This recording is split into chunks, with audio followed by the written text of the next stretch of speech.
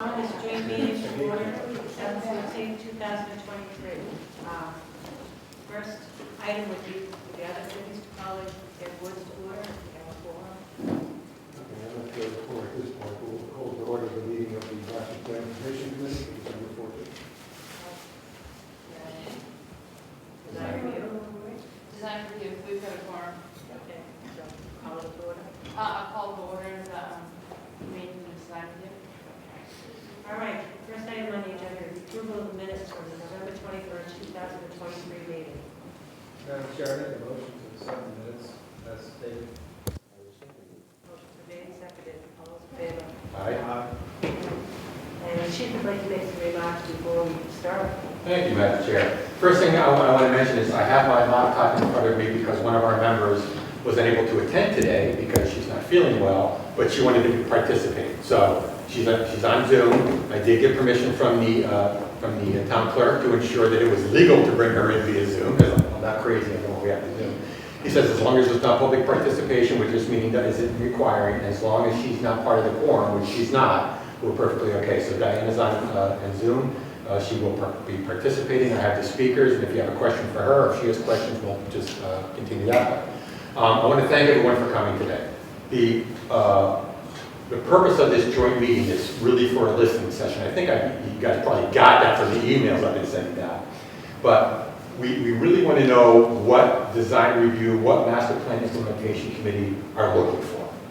We've spent months working on the operational, the programmatic needs of this building. We spent quite a few months working on the layout and the floor plan and all that, and the siting of the building on the property.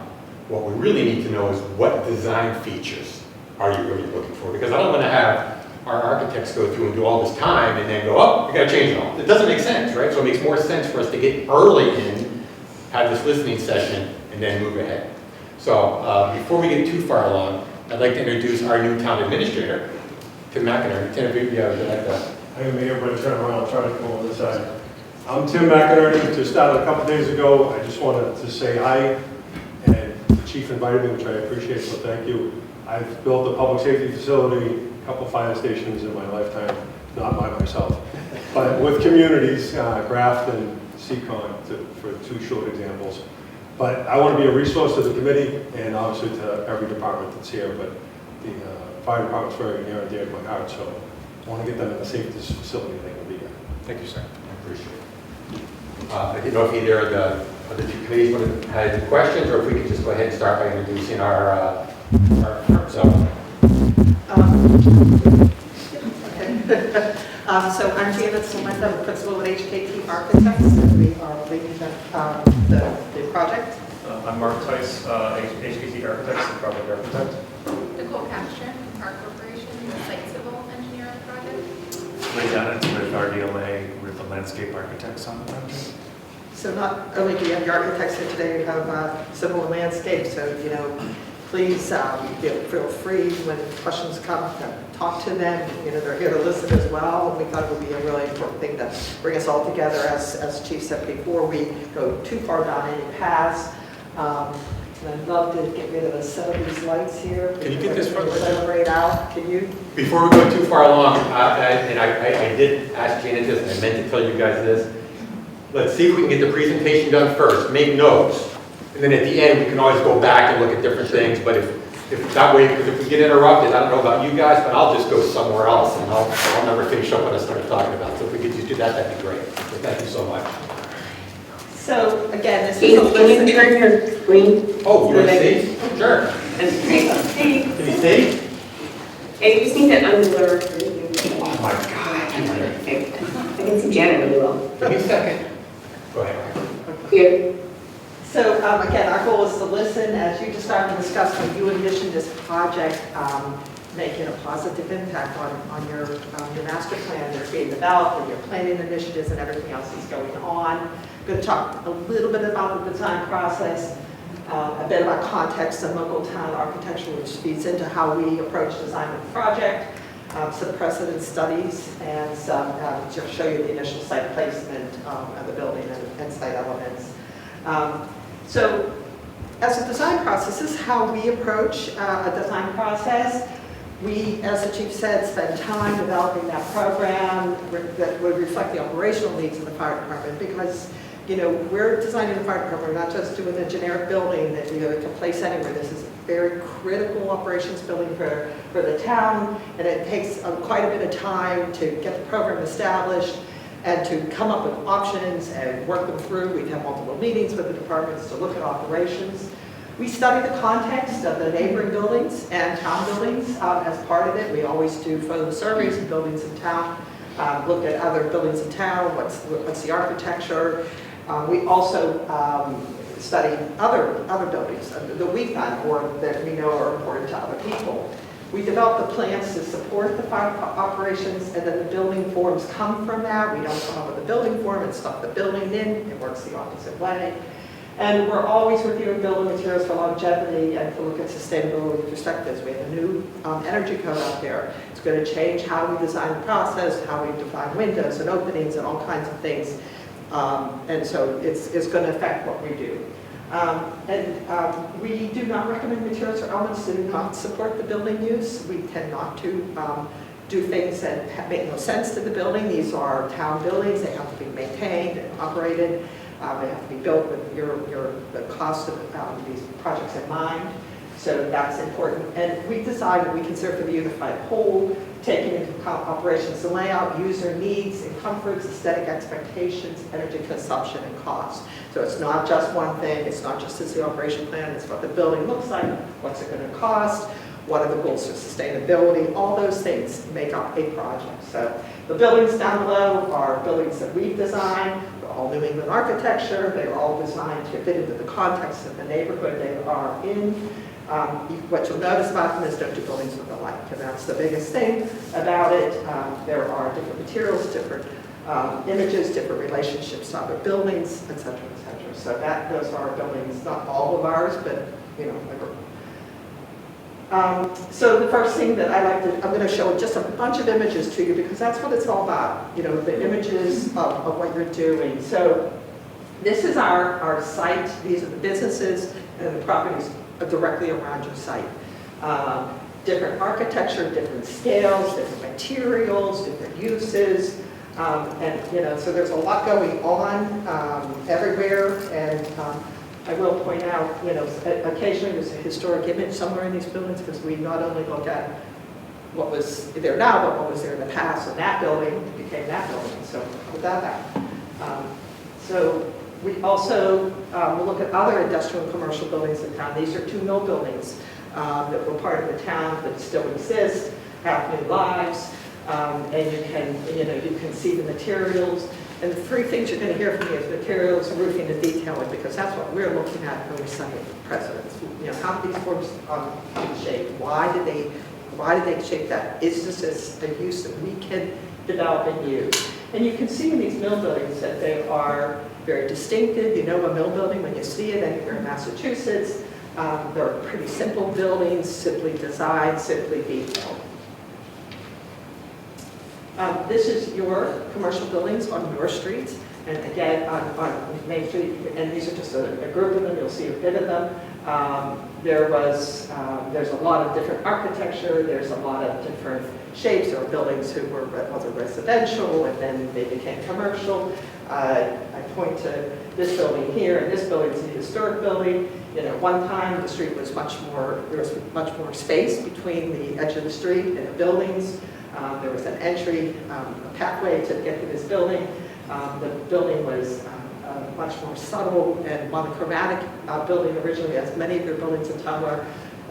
Very elegant, maybe in the trend, but not as it's been modified today. This is a building, you know, you've got your Old Town Hall building. This building is directly across the street. This is what it looks like now, and this is what it looked like before. Again, what happened to that building, we don't really know. Was there a fire? Did they decide to take a couple of floors off? What happened to it? It had a big presence on the street.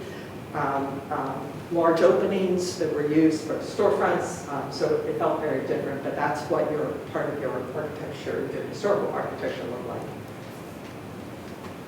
These are some of your residential buildings in town. all slightly different roofing, different materials, different openings, different levels of detailing. And then I'm going to go through some specific buildings, and one for a free library, the building we're in right now. You can see that probably the relationship to that street, was quite different before originally. And now the building has lost its main entry on the street. You know, you have to go around the bend to find the building. And we can see that this addition, which is a very nice addition, the architects didn't try to hide that the building was a new building. They interpreted the building, the architecture of the building. They added new materials, new detail and levels to bring the buildings together. And you know, I assume everyone here feels it's a successful building for the town, but they added materials that weren't visible on the front of the building, on the back of the building successfully. Your town office building looks like every other school building of this vintage all across the United States. I grew up in Pennsylvania, we've got those too. You know, the dating of it, the detailing though, you can see there was some attempt to make a very, almost like a bland building, but a utilitarian building, have some special entry portions. These are the senior center, the police department in White Cliffs. I mean, White Cliffs is of its own history, its own why they did it, well, the homeowner did whatever they hoped to do, wanted to do to make themselves happy with the building. And then you've got some very modern architecture in your police and senior center with frame buildings, various roof lines, various level of detail. And then in your schools, your elementary, middle schools, low slum buildings on large sites, brick, large different size openings, colored panels, metal roofs, a big variety, but again, having a lot of land to do whatever they wanted and to spread these buildings out across the site, except of course for the building here in middle school, floors. Your town fire stations, your original fire station, and your other ones, very distinct periods, distinct architecture, five buildings, large openings, simple trim lines, single points of entry, very utilitarian structures that serve the fire department well for a period of time. The old town hall, which is actually in 1985, I think, reconstruction of an old building that had burned down. Level of detail, the buildings over here, the original building, again, a different level of sophistication, monochromatic, not highlighting every single window, but letting the elements speak for themselves. It had a commercial base to the building, also sat differently to the relationship to the street. Had different roof lines, chimney lines. The new building clearly has had some modifications, perhaps the pitch. There's a big mechanical wood space up on the roof behind this. The elements that weren't part of the original building are now part of this building, but that is your old town hall. The crossing of the Ascot River is a lovely bridge, very nicely detailed. Very repetitious detailing, really simple, elegant crossing for the river at the aqueduct. I noted the churches and the monuments as well, because we have vertical elements on this building as well. We have training tower and post towers for the fire department operations. So we look at a lot of vertical elements. What do they tell us about towns? Obviously, this building had some presence at one time, and it's a very different building now without that power, without that presence. In scale, it looks very much the scale of other buildings that are close by it. This is the same building from two different angles that look different from each point of view. So, we will be studying those and looking at those. What do they tell us? How do they mark a space? What's elegant about them? What's good about them? This is some of your streetscape that we looked at. How close buildings get to the street. What do you have along that way? What do you see? What's the green space? How are properties divided? Things like that. So we would look at that. And then the committee sent us a bunch of names of projects, so we wanted to make sure you saw all the things that people had added in. Southborough was public safety facility is one project. It's part of a larger complex, including the police department. That's what the public safety is, but just focusing in on the fire department piece here, which is right here. Has a tower, two-story element here, and the platform piece in between it. That is the apparatus base, brick materials, level of detailing, two different kinds of roofs on this building, recognizing the scale of the apparatus base. This is Natick. Natick is part of a complex of buildings that form that town, in there, again, not just the fire department, and it has two very different faces to the building. It has space here with the pitch roofs and dormers and the level trim, and then this is the rest of the building, which is seen by, there's obviously from other places. This is the back of this piece right here. So you can see that there's just a little piece of roof here that sort of defines the edge of the building, but this is not a 360-degree building as we call it. This is a building that has, just a front to it. This is Westport, which is a wood building, also part of a complex. Fire there, police over here. This is Wayland. Wayland is a wood building, also flat roof building over the apparatus, pitch roof building on these other pieces. You can see the roof plans here, all flat in the back and in the rear, and all flat over here, and pitches right in the front of this space, but there also with a tower. This is Millbury, still under construction, close to it. This is also a 360 building that sits on the corner. This is a little picture we couldn't get a curve on, but that's the site, so it has many facades, and there's many different facades that greet you, pitch roofs, dormers. There's a lot going on in these roofs, how they come together, sheds and shed roofs and pitch roofs. So the architect I believe the architect made an attempt to treat all those elevations somewhat similarly or important in a level of importance. This is Linfield. Linfield is also part of a complex, fire, police, and town hall, all one building. In our estimation, this part of the building is crushing these poor little floors here. The scale of these pieces is more than 2/3 of the height of the total building. So the scale of this gable is sort of a bit overwhelming towards the building, but it sits as part of, it's hard to see the rest of the buildings, but there's these gables all over the place, and they have multiple different kinds of cupolas that are part of the building. There's some other images that people ask to see, Saint-Levy and the Monroe Street block. Saint-Levy right your neighbor here. The front of it looks very, very different than the additions and the elements as they run down the hill.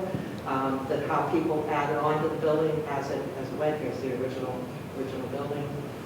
This was these are all adds back here. This is the Monroe Street block. I don't know much about it. It's a commercial project by the Common and right on the opposite side of our site. There's something going on back here. Don't exactly know what that is, but very different side of that. Here's La Java and CBS. CBS is also close by. CBS has multiple elevation portions, but you can see that really they are just treating the roof line and the edge. The majority of that space behind all that is mechanical space. Here's some studies that we look at, that we've been looking at prior to this. These are all different kinds of fire stations and buildings that we see and note. All different kinds of roof lines, materials, detailing. openings, towers, all kind of things that we look at for inspiration, we call it. We call this our inspiration folder of images. When we like images, we put it in there and we come back to it and look, and you can see how fire stations have been treated over the years. And we will be looking to these perhaps for inspiration for buildings. This one building was added just today. I brought from the chief. This is Westboro, so I find a place for it, but there it is. It's a all one-story building, brick detailing, level detailing. These are other. We don't look at just the fire stations, but we look at mill buildings. We look at town halls. We look at other buildings for inspiration. For different scales and different opening sizes, how these openings were treated, how the arches, how the big masonry buildings were treated with these big glass to get a lot of light into the buildings, different levels of tower, masonry, product, topped by something in wood or whatever. This is one of your, this is where, right here, town hall, beautiful building. And different kinds of entry. So we look at all of that stuff. Nothing is away from us. We also did some precedent studies to show you what the neighborhood looked like. This is not your building. This is just one of the massing diagrams we did. So don't pull them out. But this is the scale of the building. This is your street. This is that office block. This is the bank. And this is the commercial properties. And the reason they're sitting up on the ground is because of the slopes, and this is the position to Main Street that you're sitting. So this building will sit on the street as the bank.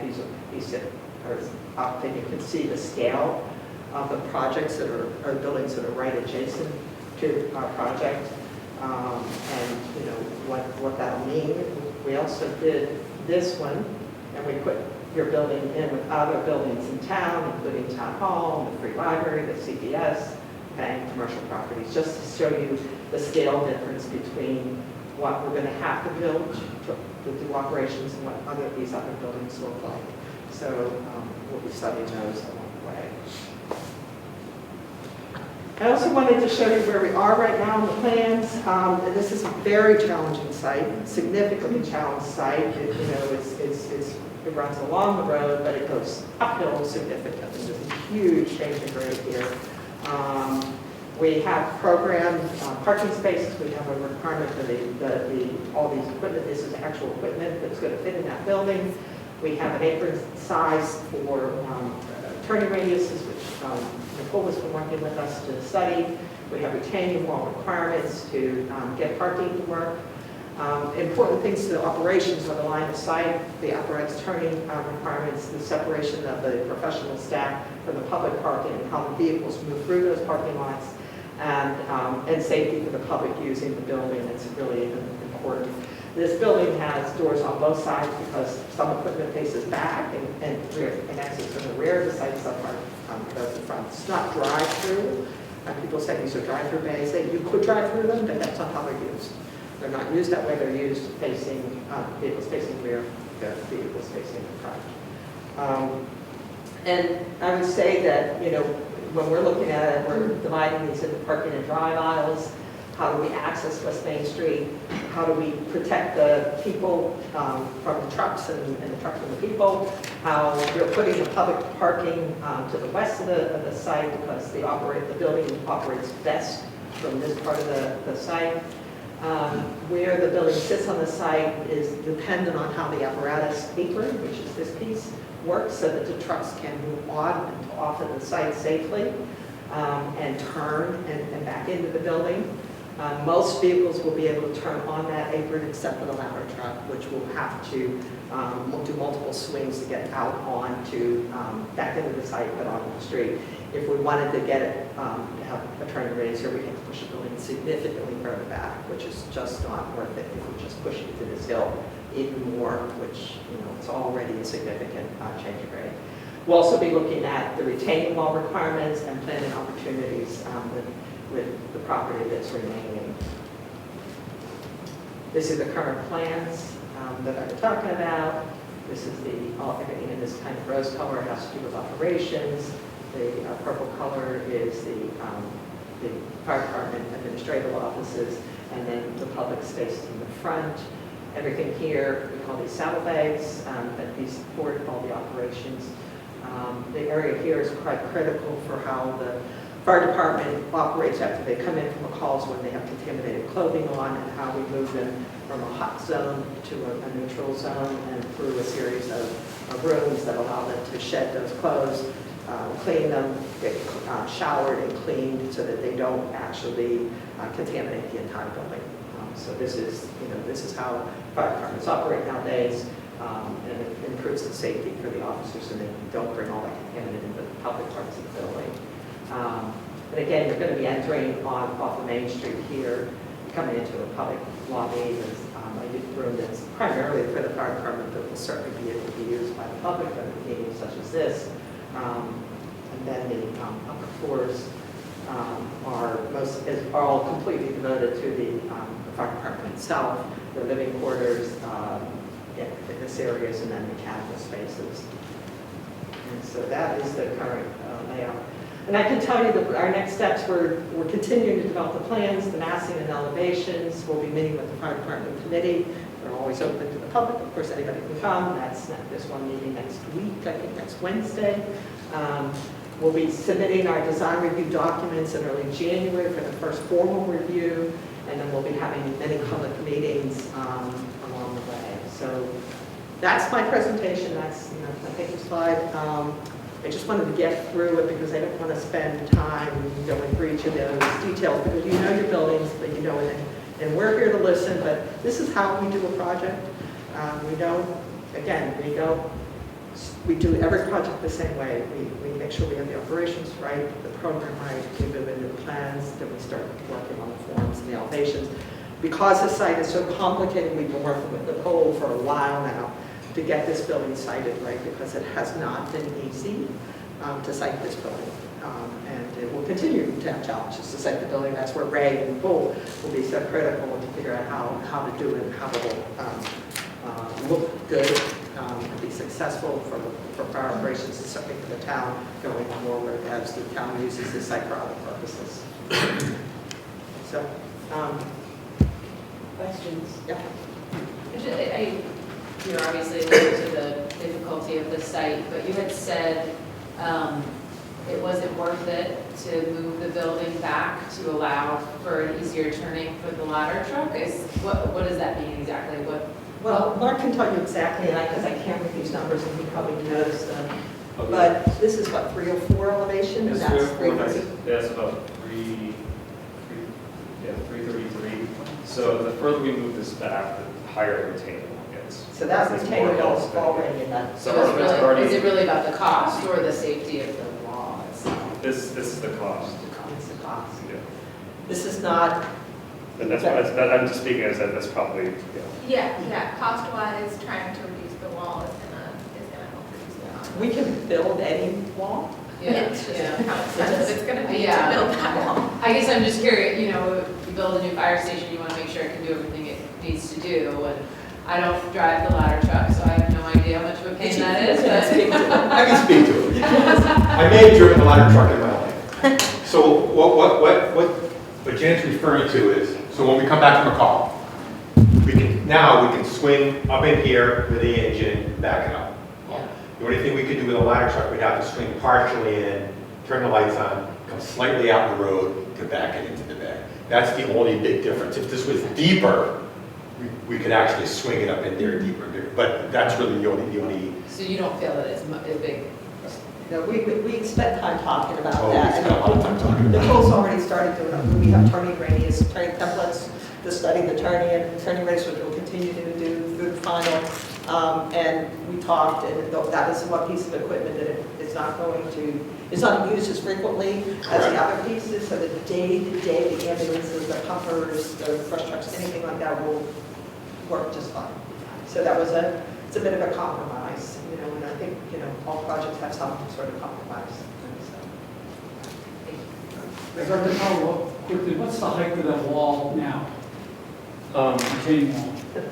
29 feet, I 29 think, the way it's shown. Is that the worst case? 29, that's the worst case. That's the worst case? Yeah. And then it tapers down towards the... Tapers down toward This is plan, but it's to the left of the plan, and it also. Yeah. Tigers east and Tigers north. Yes. And we'll continue to look at that to see if we ways to bring it down. Right, We talked reduce about that. whether we can terrace it, step it back in terraces as an option. Right now, because of the height of that wall can't start until about 30 feet off the property line right now, right? So that it can be supported structurally. So, if it was lowered, we get closer, and that might change the parking. I mean, there's a lot of things to still work out. We're trying to, we're working up from two sides. We're working from the plan and from the site at the same time. So, we didn't get too far down with the plans before we got our civil engineer, who doesn't necessarily get involved quite as early on turning radiuses, but this site is difficult. And we've had some, public property is rarely perfect, so we have a lot of sites that are complicated, so we bring our civil engineers. I shouldn't be calling people, sorry. The boss. Or don't. Sorry. The plan for the downtown redevelopment covers a lot of different areas. One thing that we lack significantly to make this work is parking. So I'm pleased to see that there's public parking being provided. I guess the first question is, if that parking would be available for use other than just things at the fire station, I mean, any event that's going on in downtown.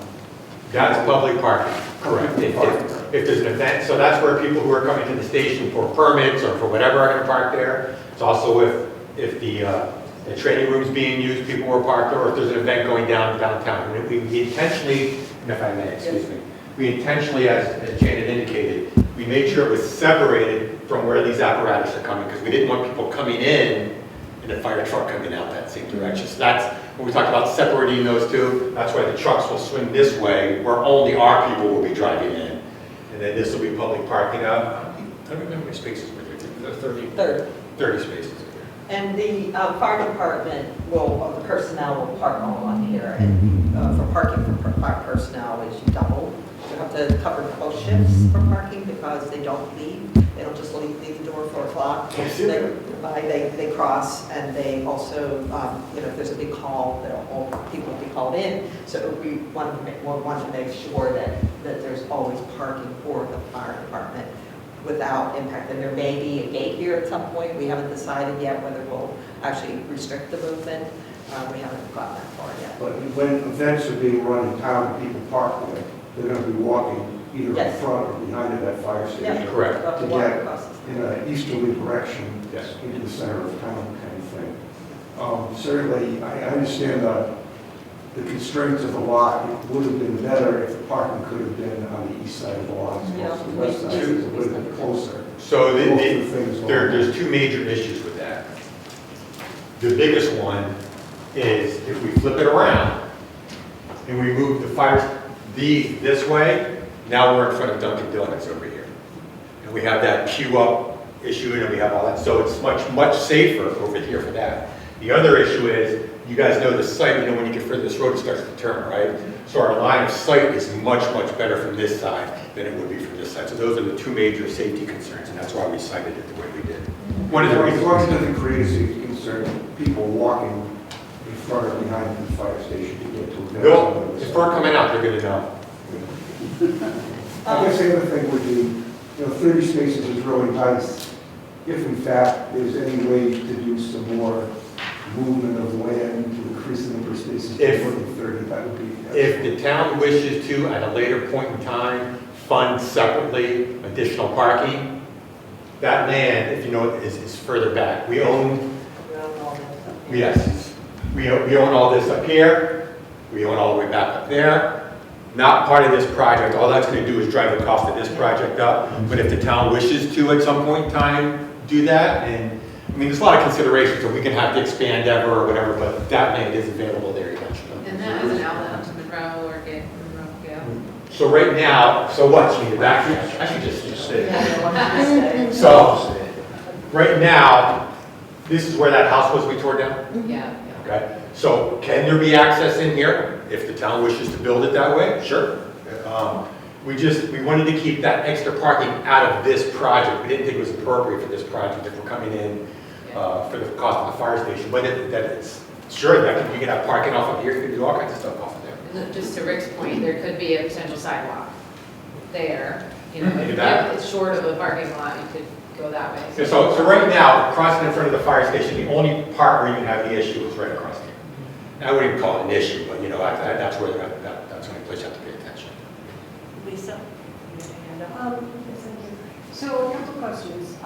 What I'm looking at right now in the lot, I believe that's the Monroe Street entrance, the driveway area, the land that goes narrow, yes.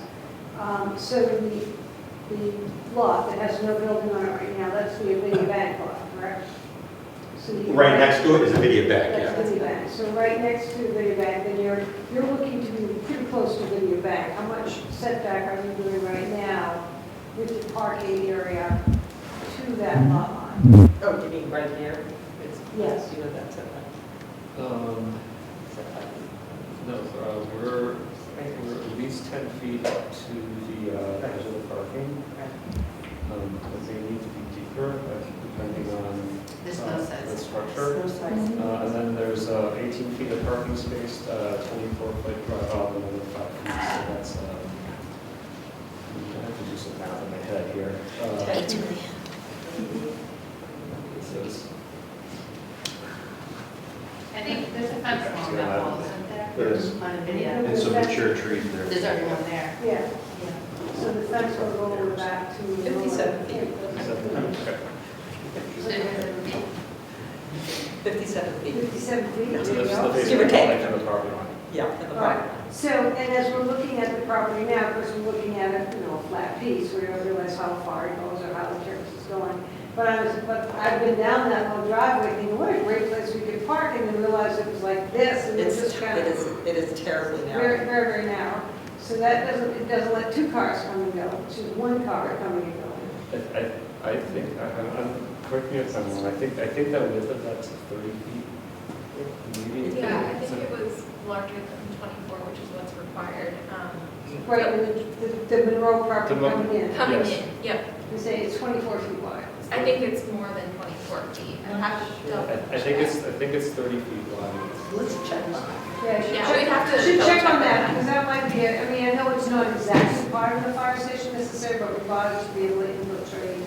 So, being one of the better ideas of having a little extra parking, you can go right down into the common, I think there's also some, the land is not as, Yeah, there's definitely grading challenges with that as well, with Yes. the whole entire site. If you Yes, look yes. at it from the street, you can see it go up, so, yeah.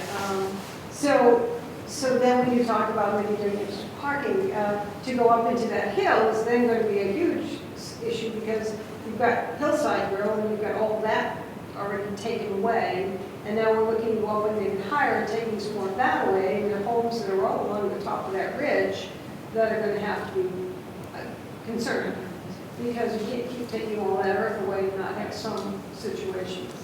So, so I'm just actually talking more right now about addressing the extra parking parts.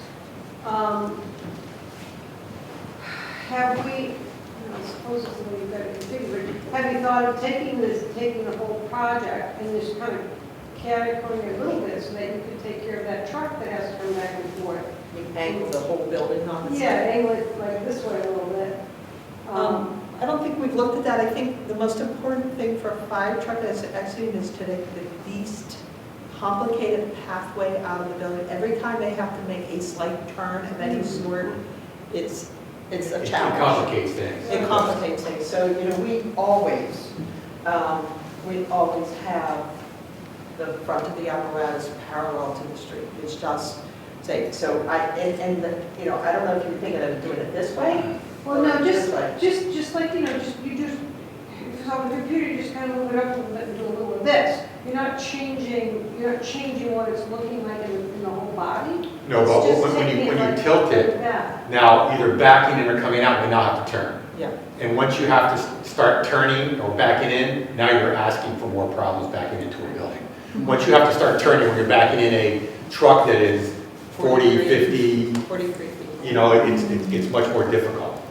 So you're twice a saying lane. that the orientation of the building allows you to get out the simplest way.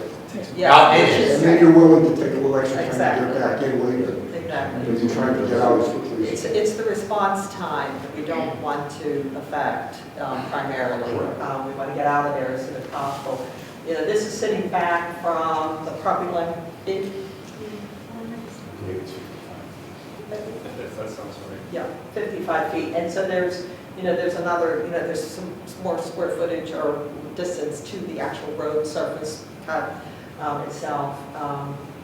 If you really want to get that on, and again, this is not a truck that's going to be out, 10 times a day, I can't imagine. Yeah. But I would just move the whole building back and then just keep pushing, pushing the retaining wall back and making it higher, as a solution rather than starting to crank building. I don't think you're going to get enough of an angle to get that one. And it's not, it's in a very specific, the layout of the trucks is very specific to how they use the trucks too. So it's not like we can move the truck anywhere in the bay to make it the simplest or the most complicated. It's a response time internally to the building is that, which of the vehicles that are used, who has to get to them first and how fast does that happen? And the best way to explain that to you is these are ambulances, because they are the ones, the ambulances in the squad, they go out the most. Then the engine, because the engine's the next one that's going to go out the most. So the ones that go out the most are closer to the residential area, closer to where the training areas are, so that can be a quicker response for the firefighters to get there and go out. And also, the ambulance are closer to the shorter radius, and the larger trucks are further away. And you come in, and when you're going back, you come in your driveway, and you come around to the back. Nope, nope. These vehicles out here, face out back and drive out back. These vehicles here face out front.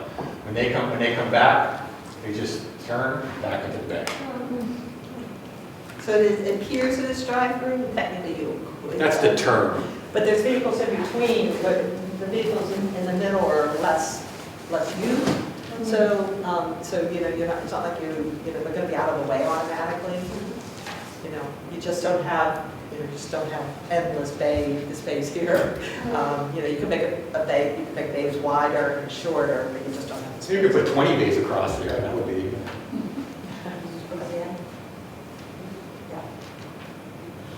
So yes, I just wanted to also point out, if we could get from the parking lot over to the park or to Monroe Street without having to come back out on Route 20, I think that would just be a much more pleasant pedestrian allowance. And so if there's a way to either, build a step into the retaining wall, it would be probably not, but any way that we could assist the public with getting over without having to step out on Route 20, I think it's just, it's, I think, in line with our downtown revitalization vision, which is to make really pleasant circuits and.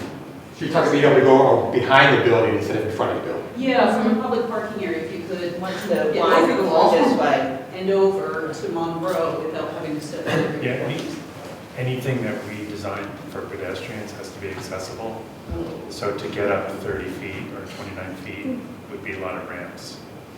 The So whole thing would be necessary around. for out on Route 20. It would be a ramp. The public parking. Anything public has to be accessible, so. And that's why I was whispering to Ray, how long is that ramp? But Yes, It's 360 feet. yes. That was pretty quick. it's a long, yeah. And another question is, will this wall kind of mimic the same size of retaining wall behind Hillside Grill? Will they look almost comparable? Could you say that again? Will the retaining wall look like what it looks like behind the Hillside Grill, which is just a straight?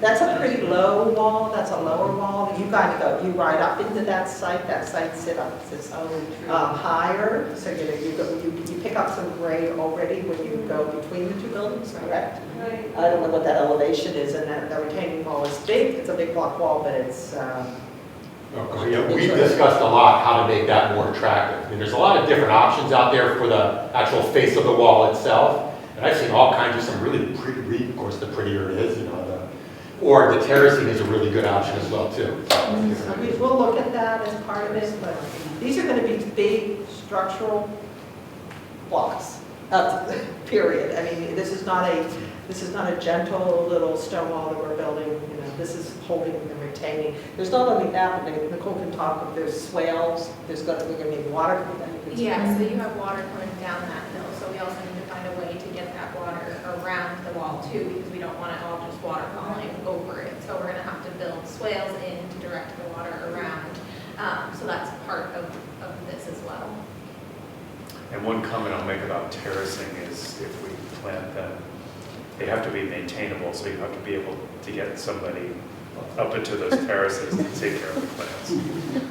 Yeah. Volunteer. Not a big deal. It's like a 30%. They get raised, can't they just do the hose?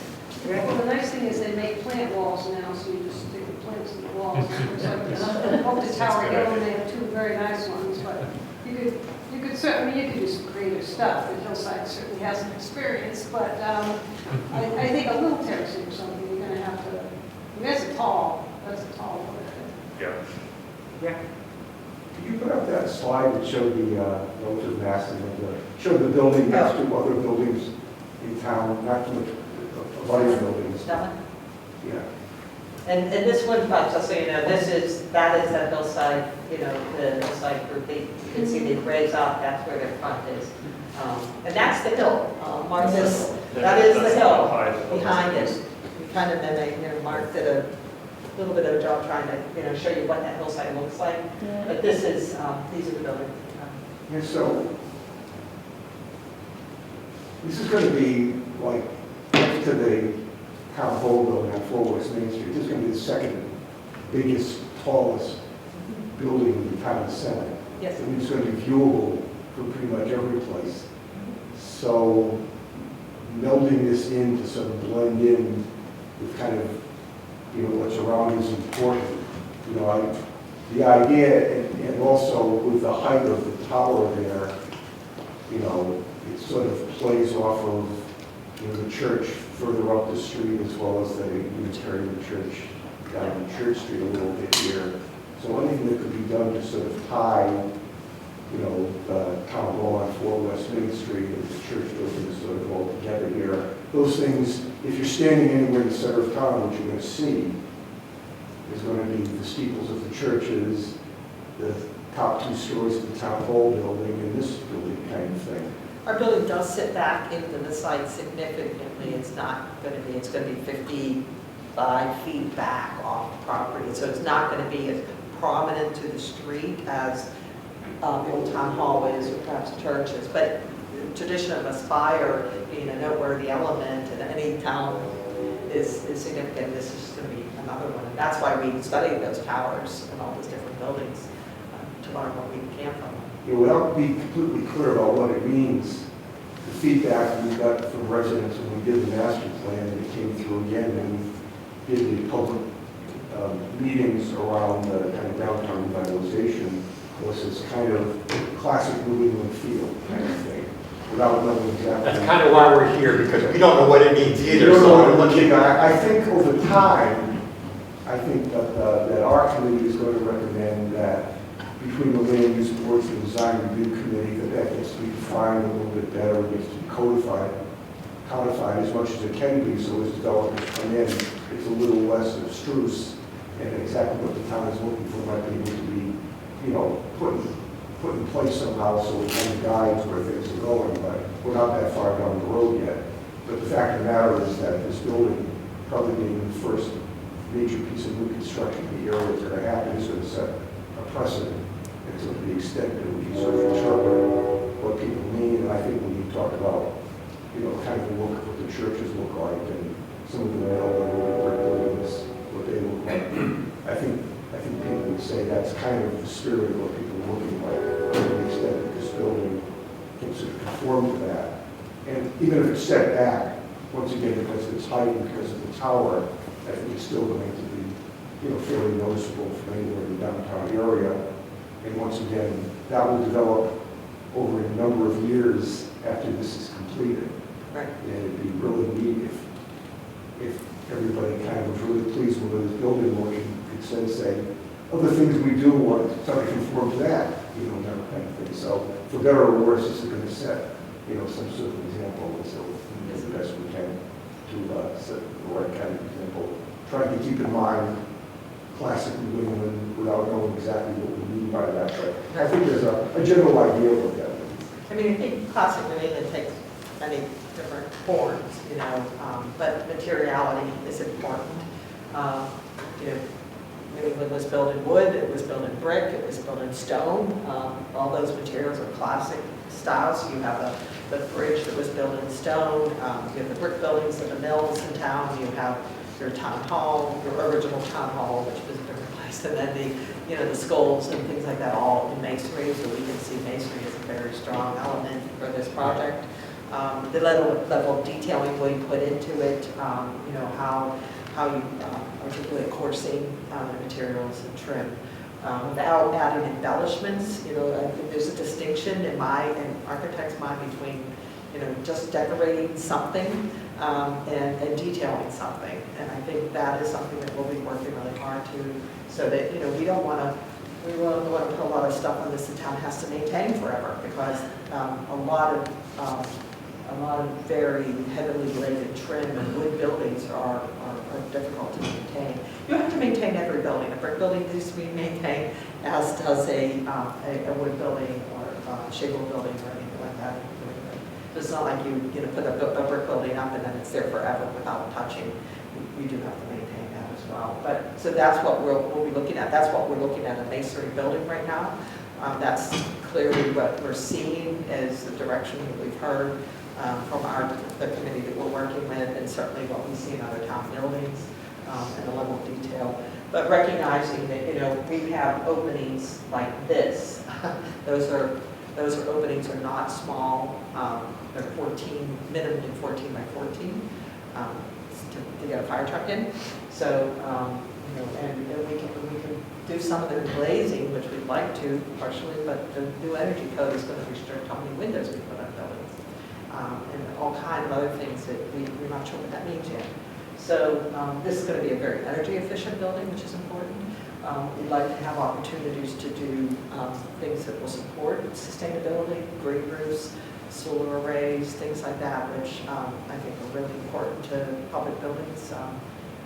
You know, a lot of our public buildings now, every building in New England now will have to, or Massachusetts will now have to be prepared to take energy sustainable features, whether you built it actually in the project now, but you have to provide room for it mechanically.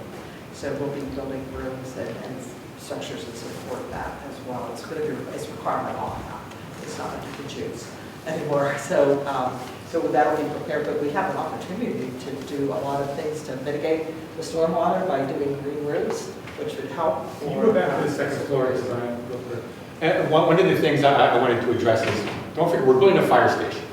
So one of the critical things about a fire station is that when other buildings are falling apart, the fire station doesn't.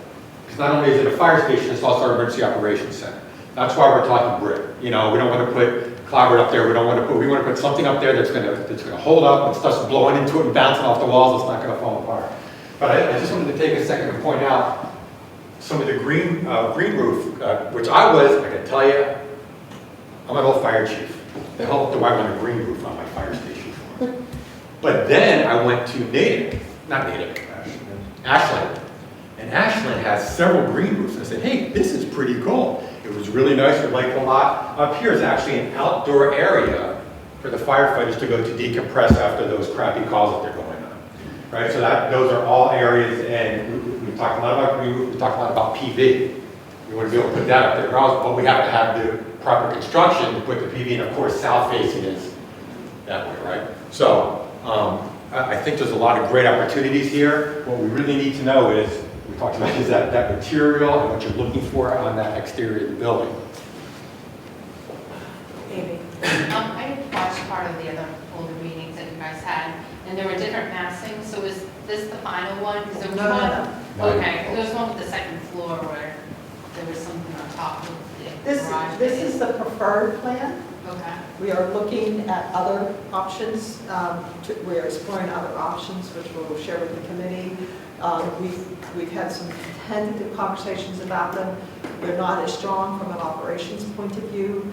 It adds more time to the response. It's a bigger building, square footage wise. But, you know, we're gonna look at it. It has some advantage to the site perhaps, it makes the building a little bit more condensed. But, you know, it's not, at this moment in time, this plan, both these floors represents the operations as the department would prefer to operate, which includes, you know, obviously the operations space, but the administration people being close to the public, for their public interaction, the public space being here, and then upstairs being a completely separate living quarters for the fire department. Now, some of our fire departments have living quarters on the first floor, which is even quicker, we just don't have a site for that. And some, you know, we've done 3-story fire stations where we have administration on the 3rd floor and the people on the 2nd floor and the, you know, operations on the 1st. You know, we make it work, but, you know, it's not preferred. So this is the preferred plan right now, as we speak, but we're still looking. I said, hold on. Yep. I'm glad to hear it's brick, because I was concerned, I don't think a metal building wouldn't be what people would want to see downtown. I don't think they want like an industrial look anymore or a metal building. Also with the, do you have dryer racks or are you actually hanging the hoses? They hang the hose? Yeah, so hose, that's a great question. Excuse me, my battery's dying, that's why I beat that man. So the training tower / hose tower is used for many things. It's used for training, it's used for hanging hose, it's used for hanging tarps, it's used for hanging ropes. Hose dryers take up a lot of room, they're very expensive, and they're not very efficient. So what most departments that have those end up doing is snaking the hose on the floor, and now you have trip hazards all over the floor. It's horrible. So the safest way to do it is with a tower. Now, I know, I think I've seen some emails, Amy, you mentioned that a lot of departments don't dry hose anymore. What it comes down to is the new hose, that it's synthetic hose, the manufacturer says you don't have to dry it. You put hose that's soaking wet into a fire truck, you stack it up and you cover it, and guarantee it's not going to smell real pleasant in a very short period of time. You're not going to get mold, it's not going to fall apart, but it's really not the optimum way to take care of the wonderful equipment that the town purchases for us. The best way is to wash it, hang it, dry it, or when it freezes. We can't even roll it when it freezes, we got to hang it so it thaws. So yeah, the tower will have multiple purposes. I was thinking back to a couple years ago when we were in this room, I thought the original fire station that we're talking about was talking about dryer racks. No, so in fact, I think what I said a couple years ago is we can do the drying things, but they're not efficient. Yeah, I was just thinking we don't need both. Yeah, no, exactly, we don't need both. I agree with you 100%. And I was going to ask about the doors, and I was going to ask about the bifold doors in the winter, you know, because it's New England. They open inside. Yeah, they open inside, but you don't think it gets stuck on ice or... No. And they take up more space though. They take up a little more space, but they are so fast, so efficient, and geez, the fire departments love them. They open up at half the time. Yeah. The maintenance is way down on them. Could you go back to the floor, the apparatus floor? One of the things we're going to be doing, Amy, is this, the first, what did we decide? 25. Anyway, it's all going to be heated on the exterior. So we won't have that buildup of ice and snow. Because right now, when we come out, we end up with this big hump in front of the bays. We have to do this bump to get out. So one of the newest trends in the fire service was to heat these, and actually heat from the floor as well, so you don't have any of that ice buildup. So it works out really well with those doors. Okay. And that's outside or inside your heating floor? Both. Oh, okay. It's radiant. Radiant. What words are you searching for? There's also radiant from the top too, huh? Pardon me? We also have radiant heat from the top. We don't do them up high, we do them in the floors of fire stations, because they actually, you can't get close to those radiant things if they're hanging. They're pretty darn hot. So we do the radiant floors, and because the firemen get up on the tops of those trucks to service them, they're actually working inside, on the trucks. Yeah. And so one of the big things, and I've been studying fire stations for just a couple of years, is we want to heat where we are, not up there. Well, the radiant floors do just that. They heat where we are, and by the time we go right up there, it's not. And it's much safer to operate instead of. radiant works by heating mass, not air. That's to keep it as simple as possible. So when you're talking about the stuff up high, we do those, like we do public works facilities all the time too. And we tend to put those up in the ceilings because we're not climbing up on top of trucks in those buildings. So we're heating the trucks and the steel and the mats. And when those, when those trucks go out, for the same reasons, and they also have, there's other things that are happening above these ceilings, like these trucks are attached to a source capture system, and in this particular one, we'll be probably using climate event, but not necessarily because that's public law, but that's a source capture, and all the trucks are attached to that.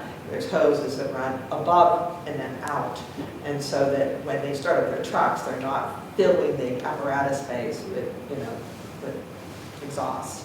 And so they pull off. So there's a lot of things happening above. There's compressed air, there's water, there's all kind of things happening above the level of the trucks that support the operation. There's actually a mezzanine on the far left side.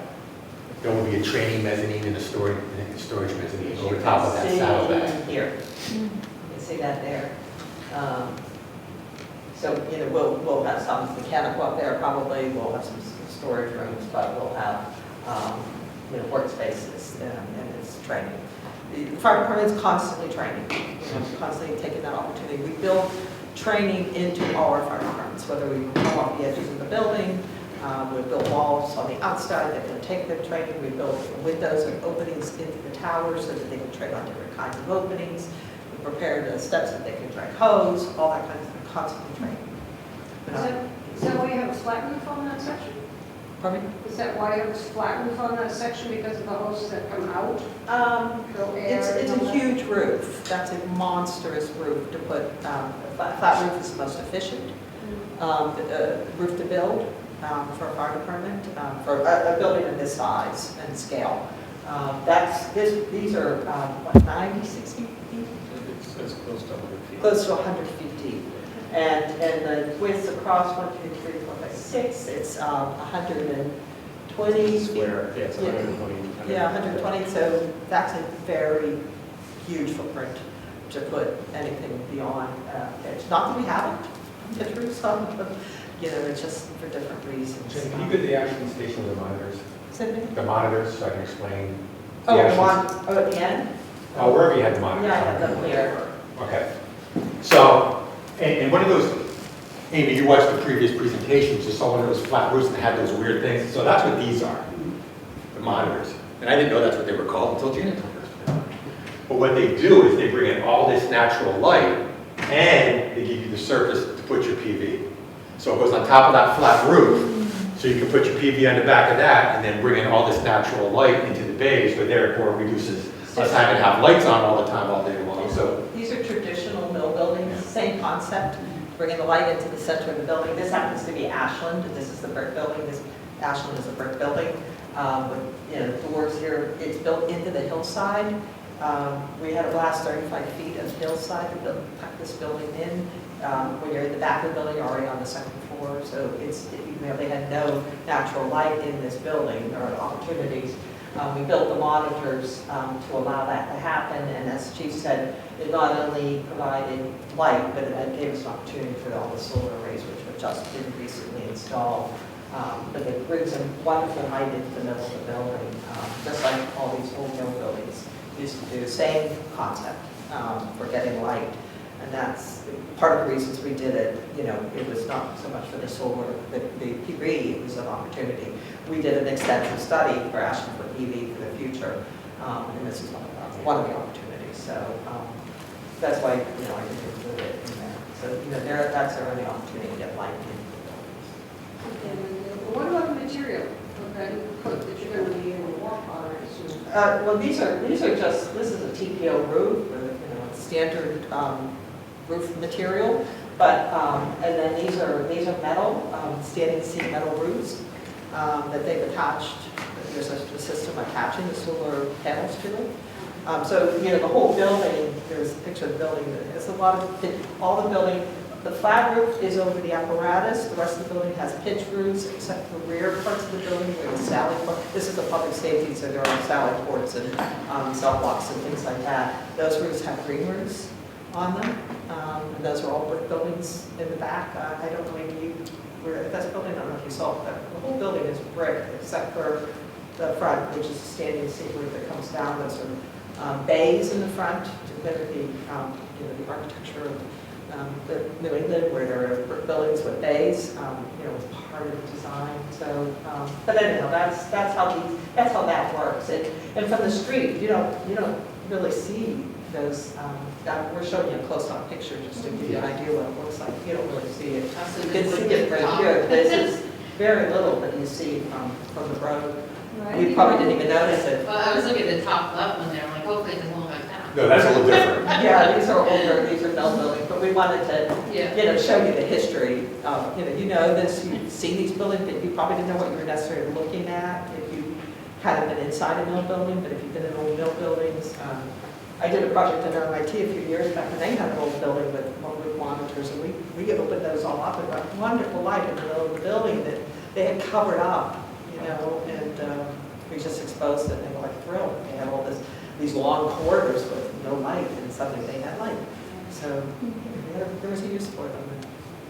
Okay, you've had your hand. Yes, Jen. I just had a question, going back to the frontage. How much frontage is there from where the street is to the front of the building? We can go back to Route 20. Are we talking That from? one. Yes. So how much is from the bay door to the edge of Route 20? How much space? So this property line is 15 feet to the curb. 15?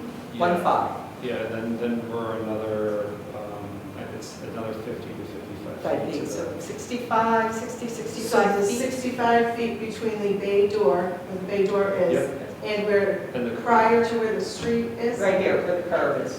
That's the curb line. Okay, so there's 55 feet, and how long is the largest truck? 40. Yeah, about 43. So 40. Right now, but the trucks get bigger. I gotta tell you, they've been doing nothing but getting bigger since I've been in the fire service, so God only knows what 20 I think years. yours are, do you know that? I'm just Deputy? asking. Is it 43? Dan, you probably. It towers about 45 feet. 45. If you were to go with 45 feet, that's for the tower.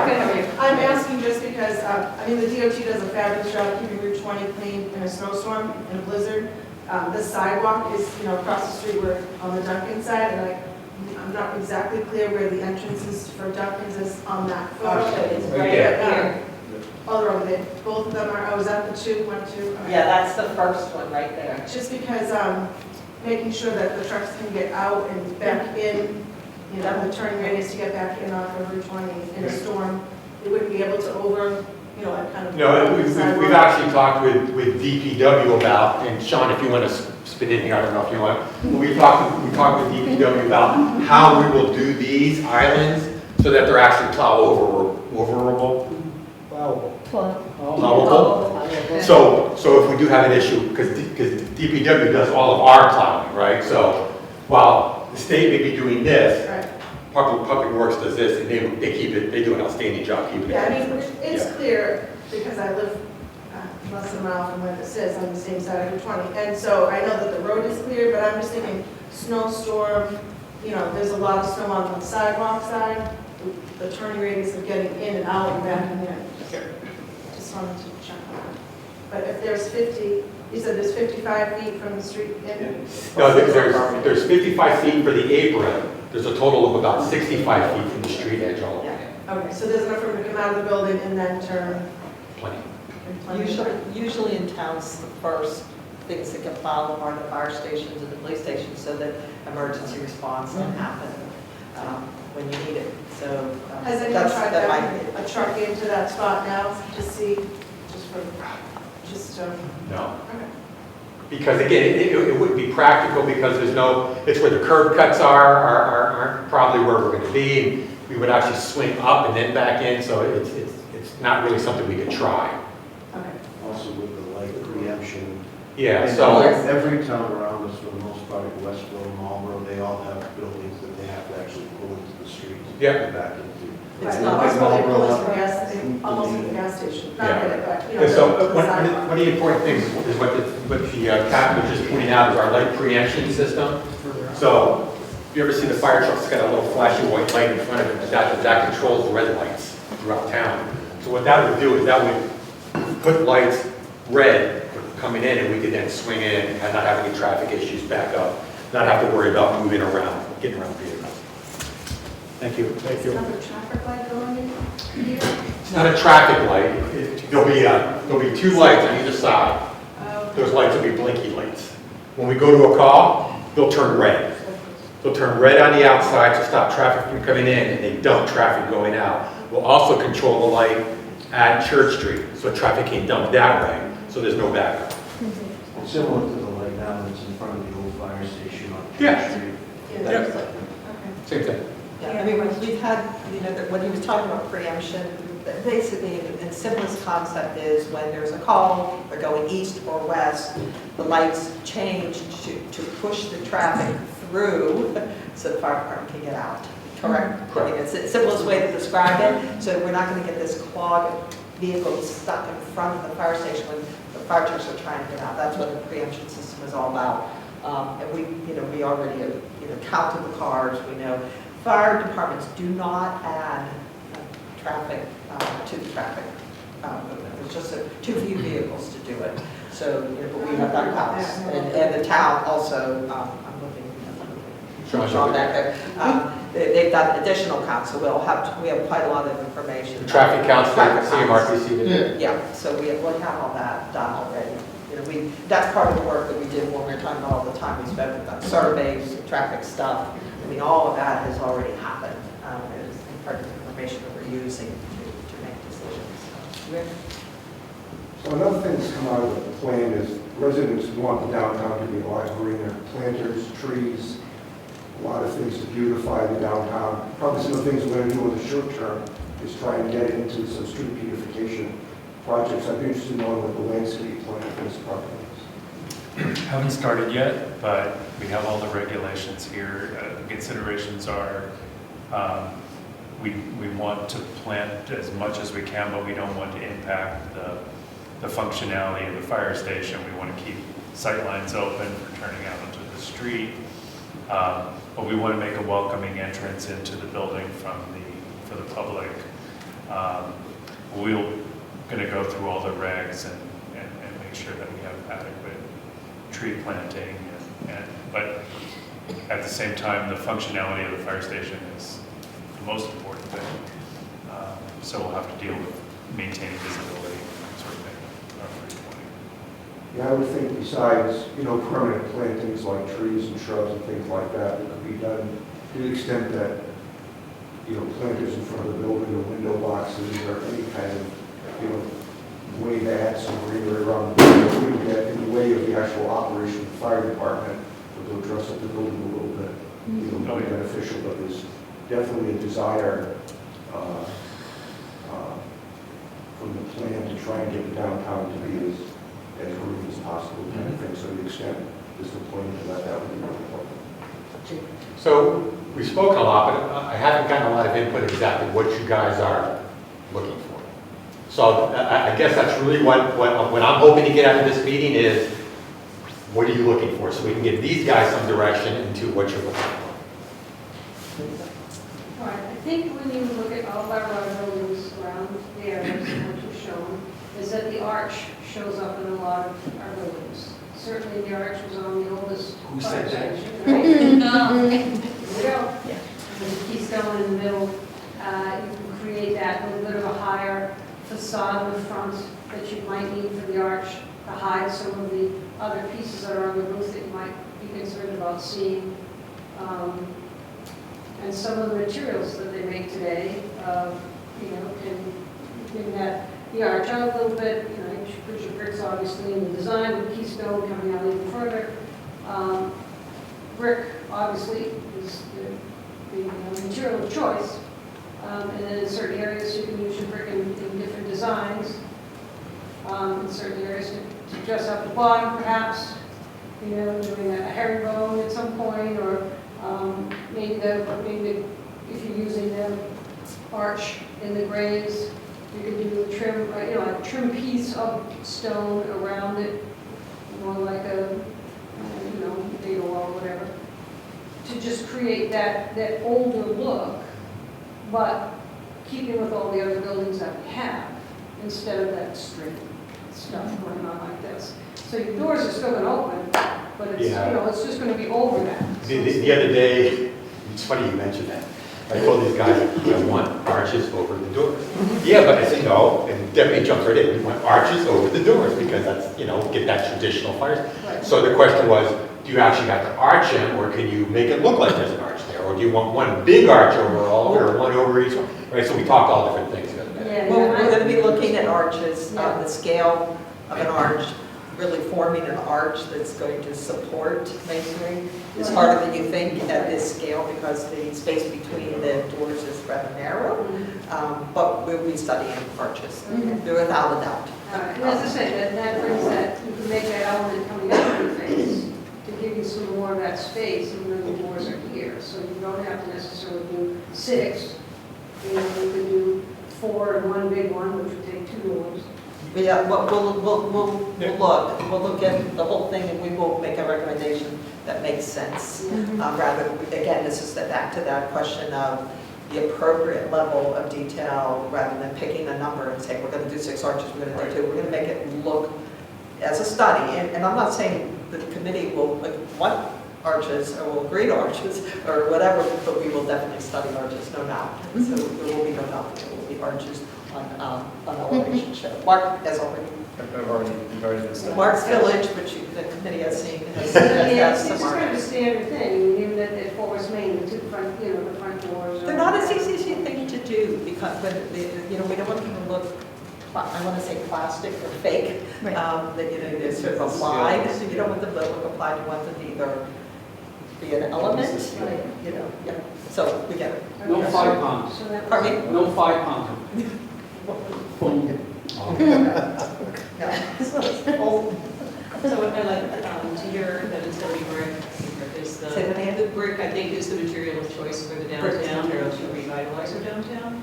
I'm thinking about the tower and the fact that it's going to be placed back up against the hill, and perhaps won't be so prominent as you would think, as if it were standing kind of toward the front of the building. It is in the front. It's in the front, but it's going to be set back. Well, in any case, just wondering, I think we have an example of a tower that was brick on the bottom and then white on the top, and I'm wondering if that might accent the Sure, one, and steeples. this one here, you know, had that, you know, it stops at a certain point and goes to another material. We'll look at things like that. They're going to use this tower, so, you know, we don't want to build it that they can't use it. So, you know, when you look at alternate materials, you have to consider that. But that's one that we, you know, the reason it's in our inspiration file is because it does change. It changes the scale. Which is why then I studied also, or included, and I don't know how far back it is your, oh gosh, no, never mind, it's somewhere else.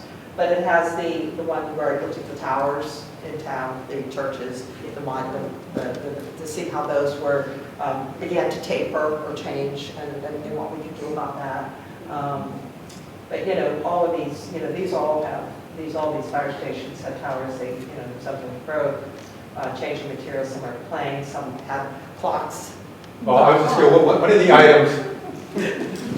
items we've been talking about since we started talking about the fire station, Dan, 6 years ago. is just that a clock on the front of the station. I thought that would be a really attractive element. Now, Dan will have to be responsible after he retires to wind it and pull the rings up. But we just thought that would be a really attractive element on the station. And so we'll look at all that. I mean, Ashland has every building in Ashland has to have a clock. But they have a clock on their Are they all fire set station. It's at the not same on a tower.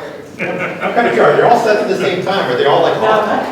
So, you know, again, we will, you know, we'll look at them, and then again, you know, there's town hall towers, there's even this small sort of little shaky thing right here, but, you know, that's a mill building with a tower, you know, so there's a lot of ways to do towers. We'll study and make different recommendations. Mark's already looking at this. If I was to bell shaped like the White House, it used to be.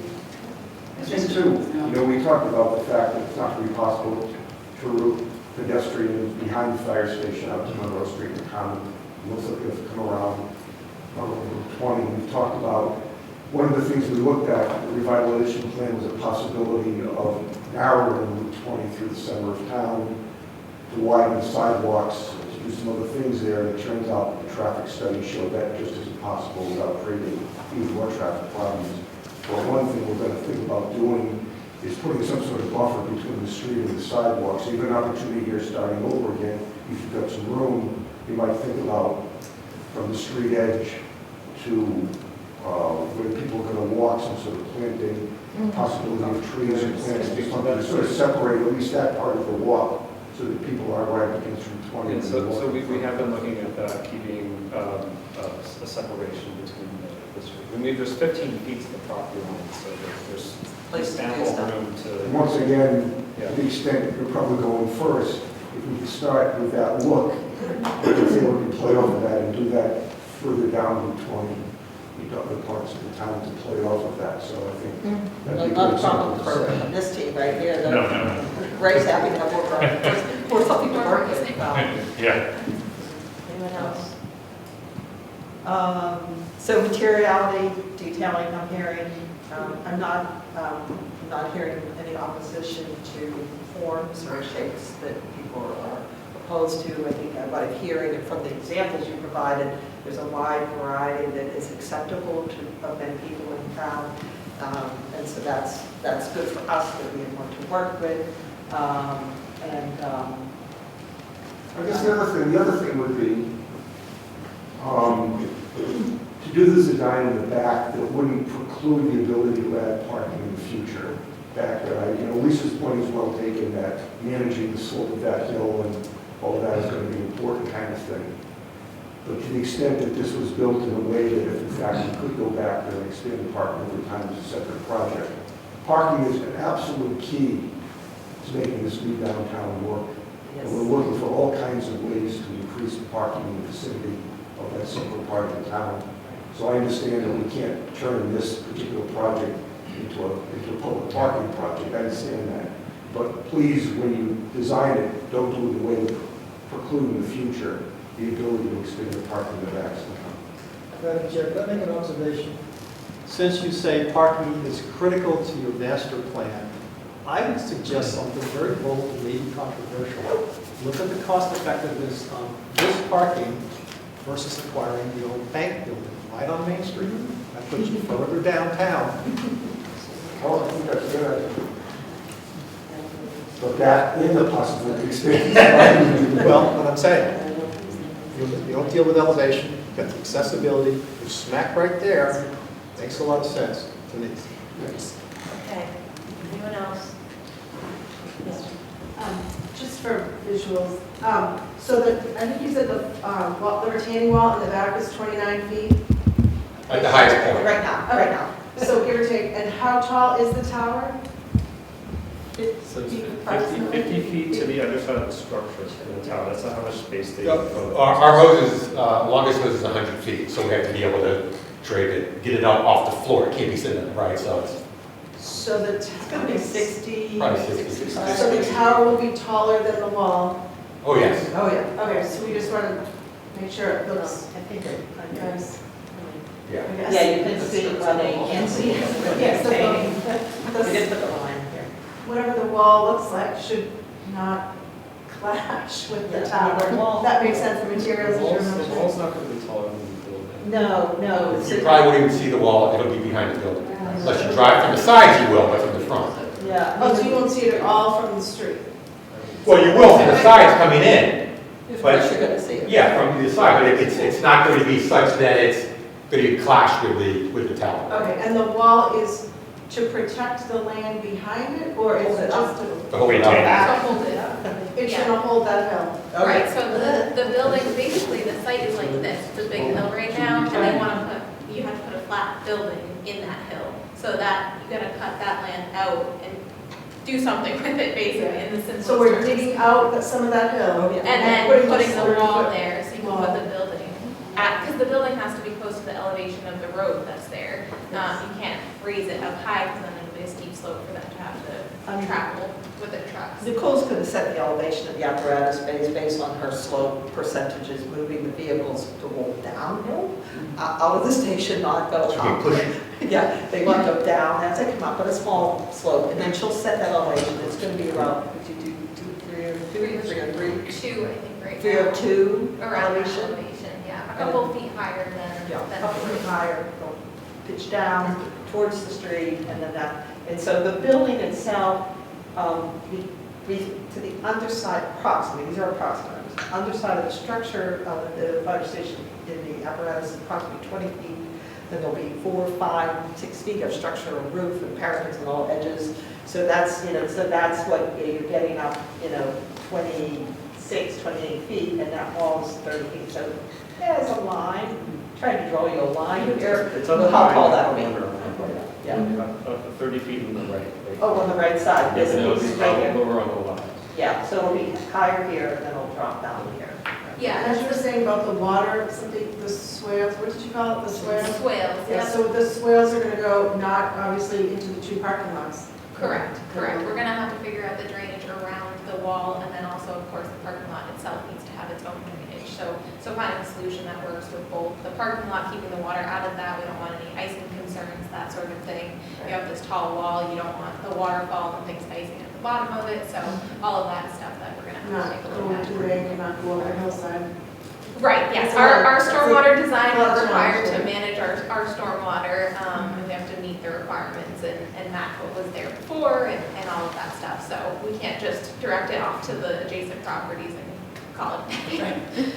That's part of our job, so we'll be taking a look at all of that. And I will note too that 29, 30 feet that we're looking at right now for the wall is what we're looking at the highest corner of the wall. So the grades go down kind of diagonally as you come down the site. So it's not like it's going to be that 30-foot wall across the back. It might be around there, 25, whatever, 30 in between there. But that's the highest point there because that's where the slope gets the highest. Yeah, I don't know if you can see all the tiny little lines here.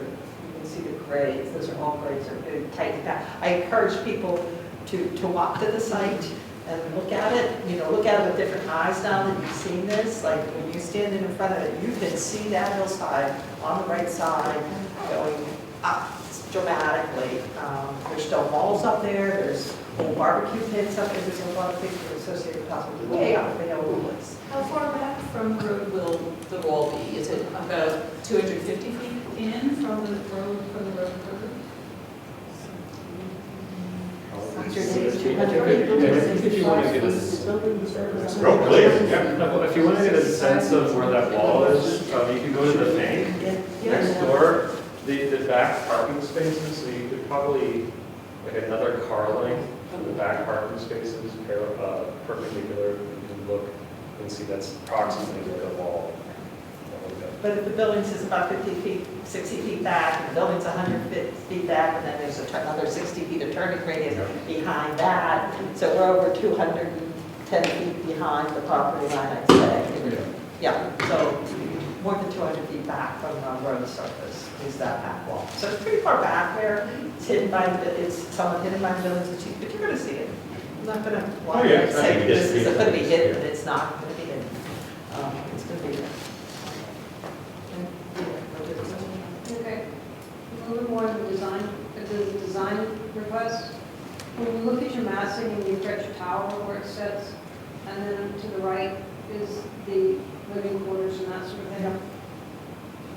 Yes. That's good. Yes. So you see your 6 doors, and then you see your. Yes, this page shows this. Right, so if you're on the right side of the rock, that could mirror a little bit of the design of what's going on the left side of it, so that tower doesn't look like it's just there, this is a whole new building. But if you're looking at what's going on there before you get to the brown roof, so that little section in between could mirror visually the other side of the arches. The flat continue over and then transition. Right, and then keep that all, to make that look like the one piece, especially, and I'm assuming that the tower is going to be relatively large. It's just hard when you look at it here because it looks so narrow. Yeah, these are just a diagram. Right. Please remember that. These are not elevations. We debated whether we should show all flat roofs or all pitch roofs or whatever. We just said, let's show something that represents, the scale of the building. That's what you're really looking at, the scale of the building compared to other buildings. So this is not the architecture of it, so don't read too much into that. That's all I can honestly say right now. I mean, we're looking at all kinds of different roof lines and things. We're looking at, this is supporting operations. We actually have 2 second floor plans, so that if we want more movement on the front of the building, that we have a plan that reflects something that allows us to change that. So we're working through that right now. I've told the chief and the deputy and Captain Philhart that the plans they see will change a little bit as the architecture is developed, to push and pull and move and allow the architecture to be responsive. Not significant, these are small moves because it has to work, but we're looking at all of that. So I wouldn't pay too much attention to that, other than to note that there are there's a two-story.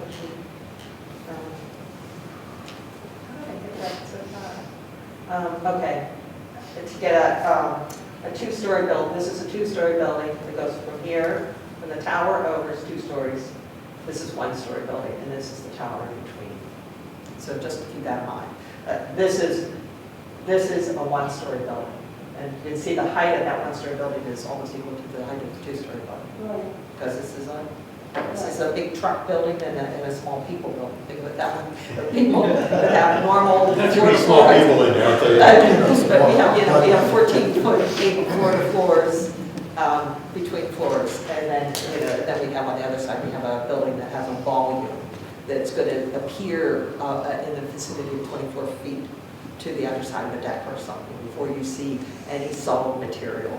So they're very different scale buildings, and part of it is just to bring those 2 scales together in architecture and detail. I'm wondering if you've considered geothermal heating for the building? If so, Sorry. Geothermal.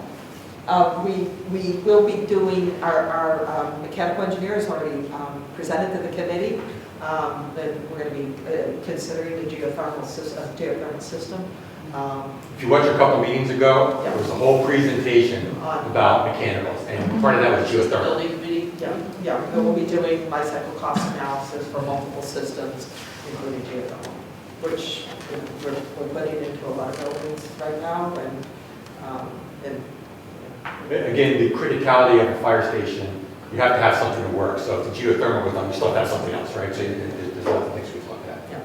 So those of you, again, that when we talk about all that time we spent, we didn't mention that. We already, our engineers, everybody's looking at it. Mark's working with them to develop the kind of square footage they need for the mechanical rooms, and if it's system that needs one thing, it's this system, it needs another. But all those systems can work together. And again, I'm not using Ashland only because it's a close neighbor, but they have geothermal wells, they have green roofs, they have solar arrays they have. But it is not a B building, for instance. It's not going, it never pursued any of that. And neither is it all electric. And that's another thing that we will be looking at, whether this building will be all electric.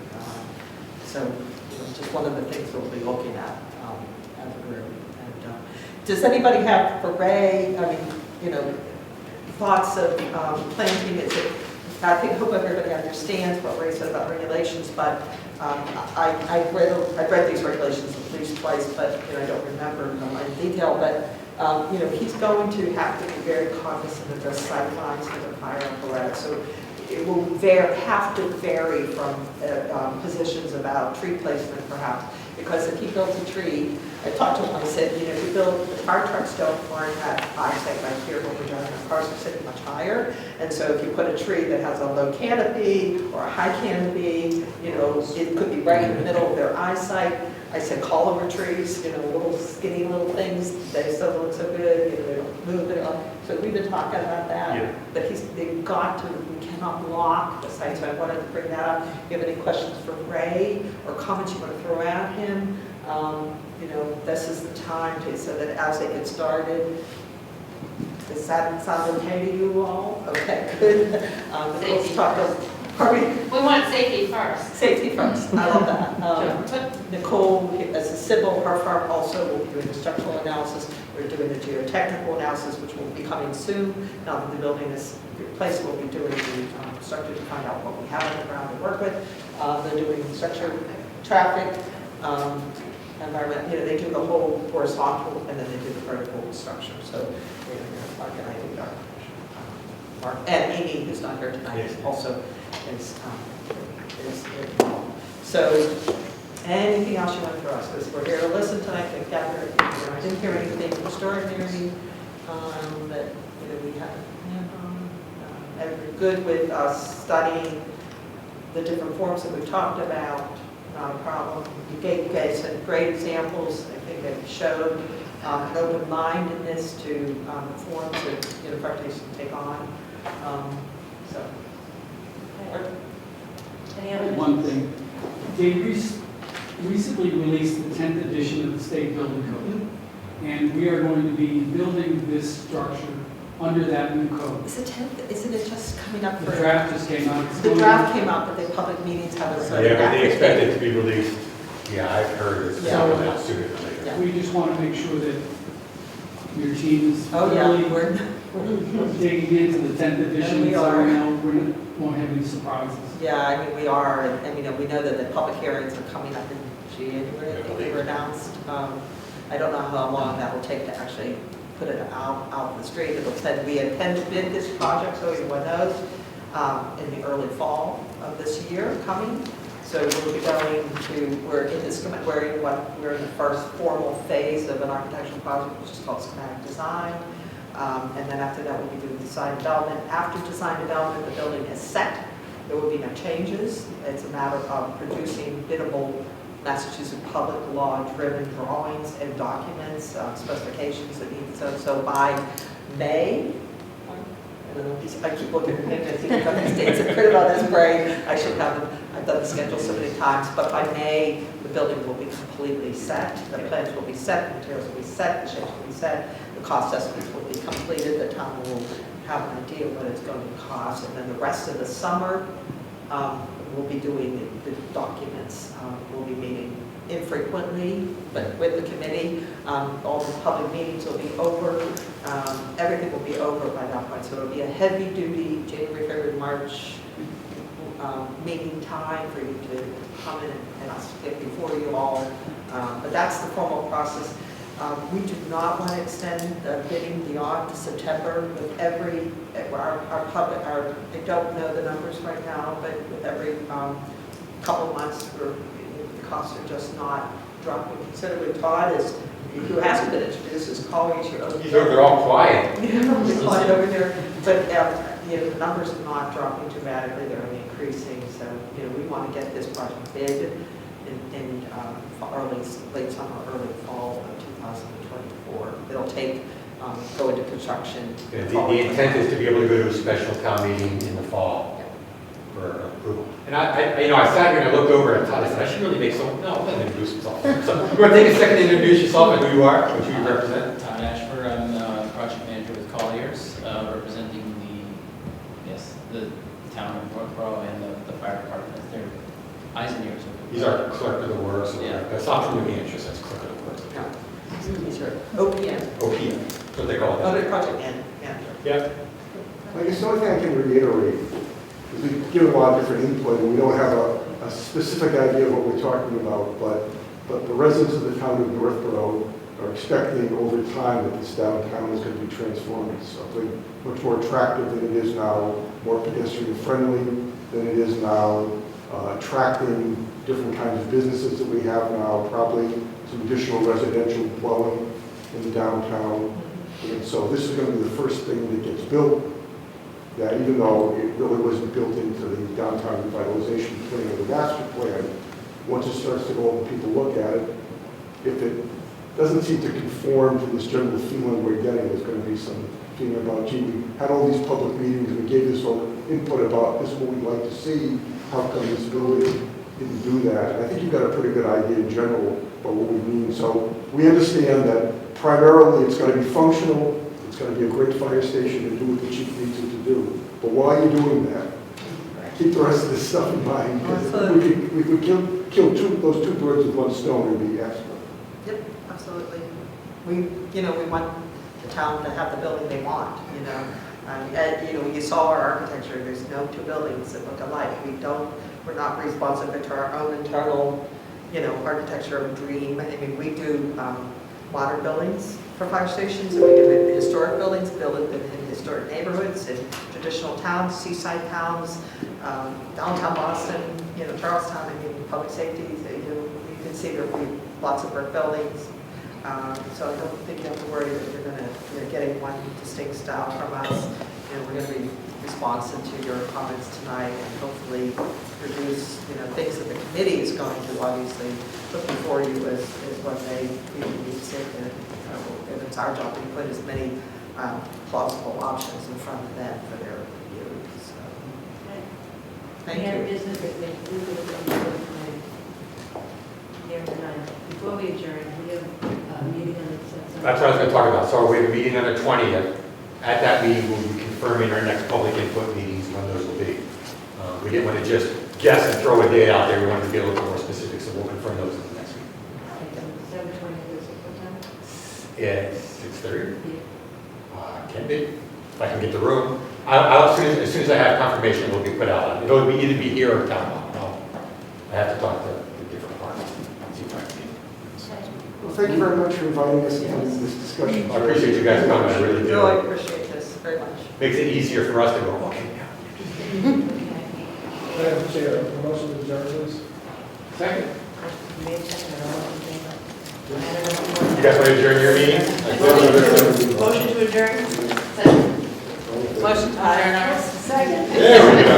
You gotta do it right when you get in trouble.